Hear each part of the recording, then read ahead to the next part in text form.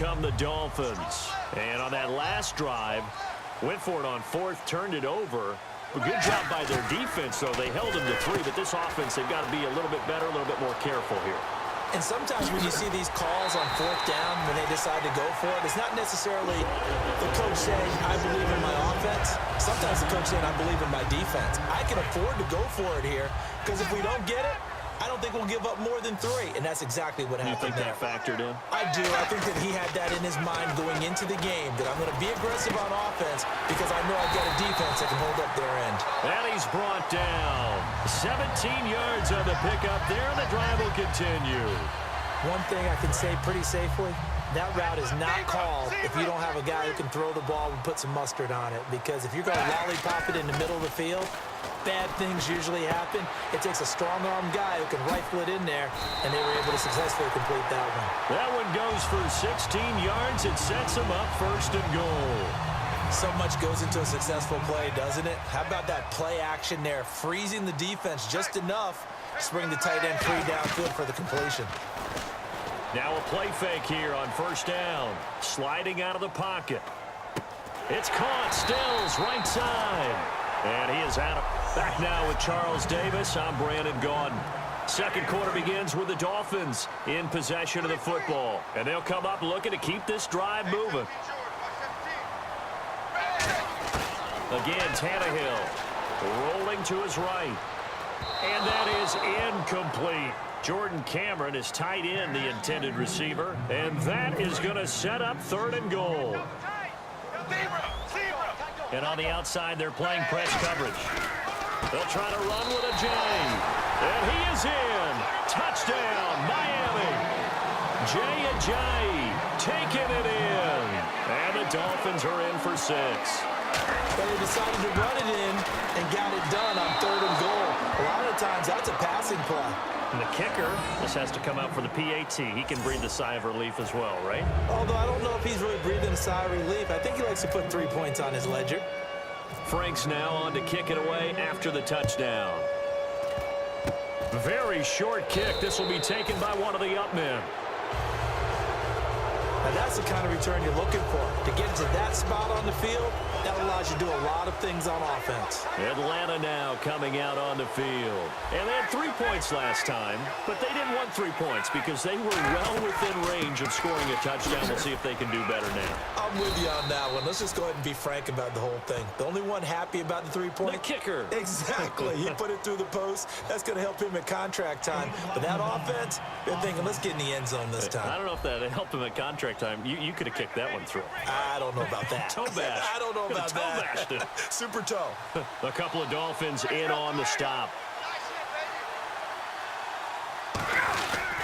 After the penalty, here's Freeman. Oh, a heck of a move. Man. And taking it across midfield and inside the 45. 12 yards there as they move the chains.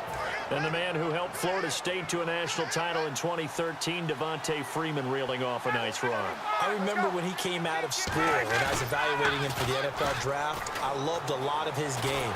Run it, catch it, block. But I loved how hard he played. He played every play as if it were his last, and that ran him to the Pro Bowl after the 2015 NFL season. The good signal callers would never go back in the huddle and play the blame game because they need those guys to protect him. But on that last one, his offensive line, they lost their leverage very quickly, and that's why they were able to get to him and hit him as he tried to throw the football and force an incompletion. And he'll lose yardage on the play back at the 45-yard line. He lost 2 there, and it's third down. When I see Cameron Wake make plays like that, I can't help but shake my head sometimes. He had to go to Canada first before he came back to the NFL, where he's now an All-Pro. Yeah, undrafted out of Penn State, but look at him now. Looking for Jones, and it's intercepted. It's picked off by Jelani Jenkins. And he'll get this back across the midfield, striping down to the 47-yard line. Well, Ryan's trying to fit this one into his favorite target. It was once Tony Gonzalez. Then, of course, Roddy White. No question who it is nowadays, Mr. Julio Jones. But this one doesn't get there. And his throw's going to be incomplete. Devontae Parker, the intended receiver, and it'll be 2nd and 10. Second down following the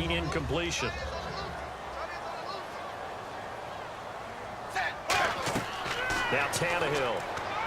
They set up the screen to Ajayi. 20. And he's going to be out of bounds down inside the 20 at the 15. A big play there on the screen pass.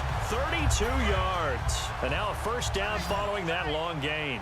It's hard to play in the NFL now as a running back and not catch the football as well. Ajayi shows what you can do. And no escaping this time as he'll go down. They got him for a sack. The second-year man, Vic Beasley, coming on the blitz. He gets him for a loss of 7.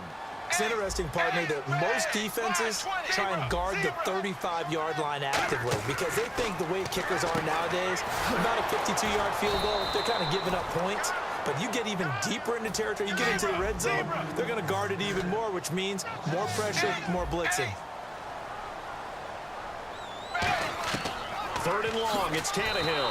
Call that a loss of 7 to bring up fourth. Now whistles come in. We're going to get a timeout here by the offense. They'll have 2 remaining as we step aside here in this second quarter. I don't think this will even, nope, it doesn't even get there. Well short, and this score will stay right where it is.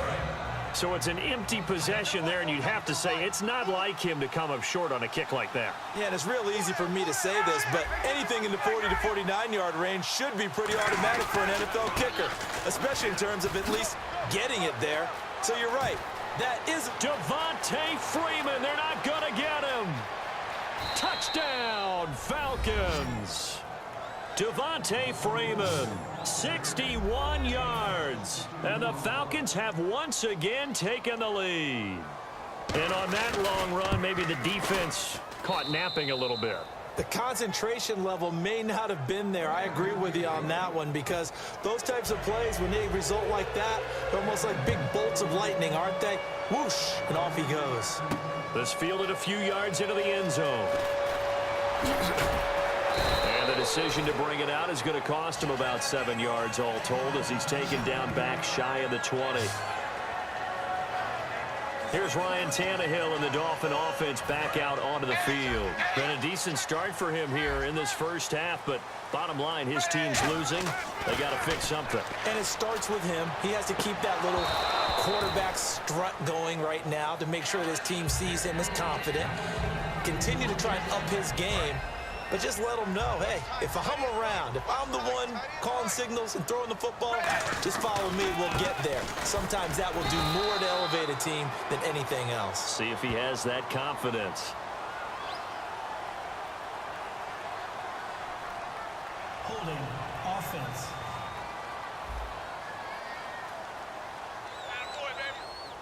Still second down.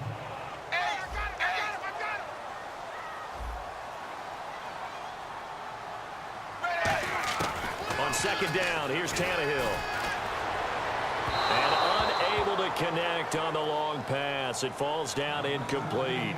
Well, partner, I guess that answers the question about whether they're going to sit on it or not. It does. Now we'll see if they try that again. Yeah, I think what we find on plays like that, when you take that shot, if you're unsuccessful, then you go way more conservative to finish the half, you know? I think that's the way they'll go.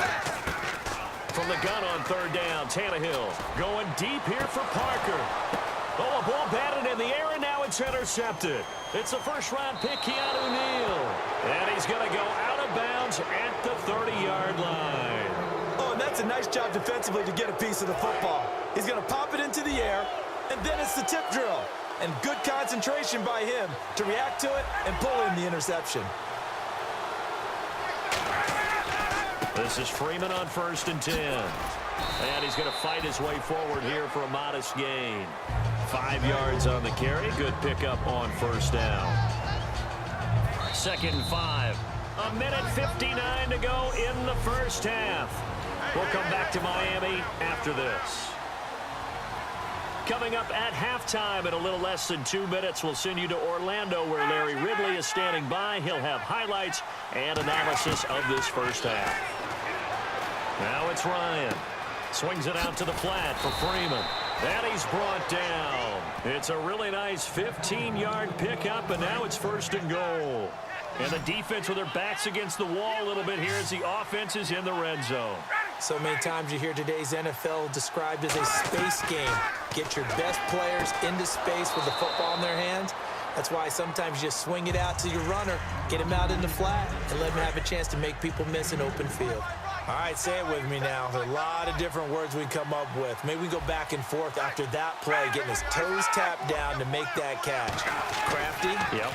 Wiley. Oh, definitely. All the veteran names. You name it. Has every move in the book and continued to get better throughout his career so he can make that type of a catch.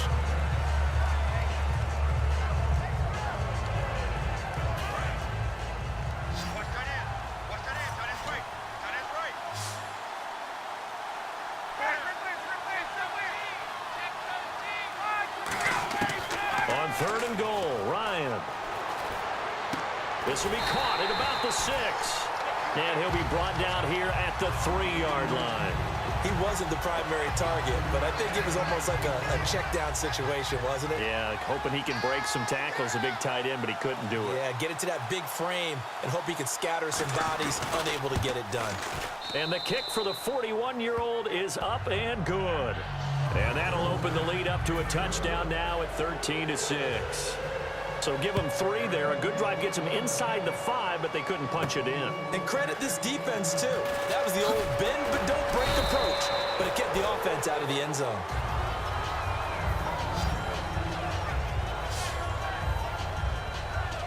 Out comes the Miami offensive unit now. They get set to take over. And what do you think goes on here in this situation? If you got the football, you're trailing, you're back in your own territory with just a little time. Do you try something? You're thinking about jump-starting your team, right? You just mentioned it. They're down. They're trying to get back into the game. But you got to figure, if something goes wrong,